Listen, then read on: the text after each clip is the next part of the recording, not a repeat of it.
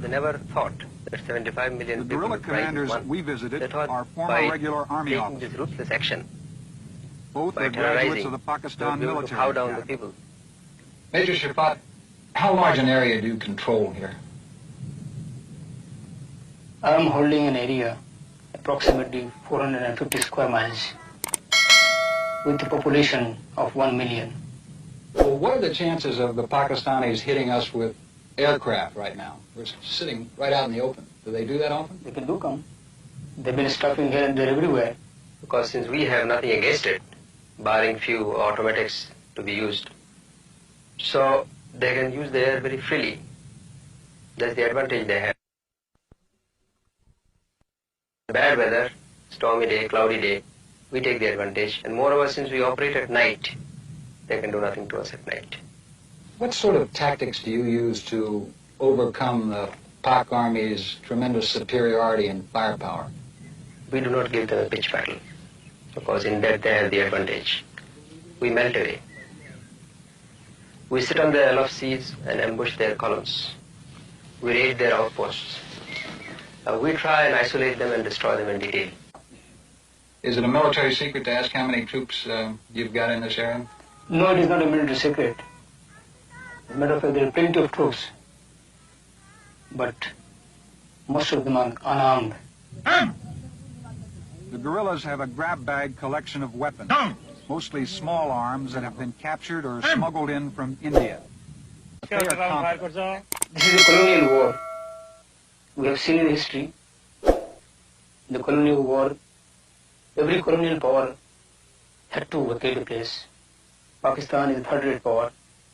How can they afford to fight and win a war, having a line of communication of 3,000 miles with a very meager economy, and fighting against a population of 75 million who have risen in unison for one thing, that is democratic right and their self-determination and independence.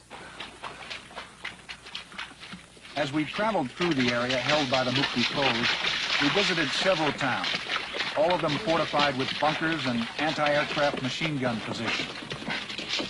This town is called Romari. Its pre-war population was 5,000, but the number has gone up with the influx of refugees from areas controlled by the army.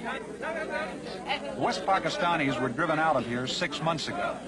Since then, the guerrillas have been in complete control, and the local population seems to like it. The towns in the areas controlled by the Mukti foes guerrillas are as near to normal as you could ask, except for occasional air raids. One of the interesting things inside the rebel areas is the way the Bangladesh has set up a complete civil administration. There are policemen here, there are judges, there's a town administrator, public health service, although they don't have much to work with, even a newspaper.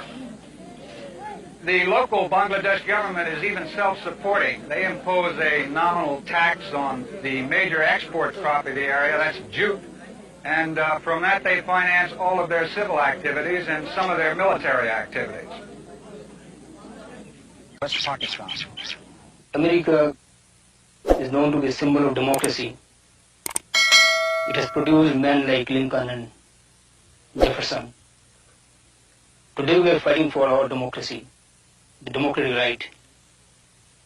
But we find, to our dismay, that your government is giving arms and economic assistance to the Pakistanis who are creating genocide in our country, killing unarmed civilian population and committing worst type of brutality in the human history.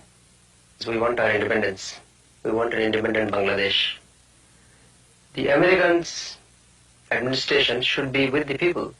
Instead, they have sided with an oppressive government, that is Pakistan's military regime.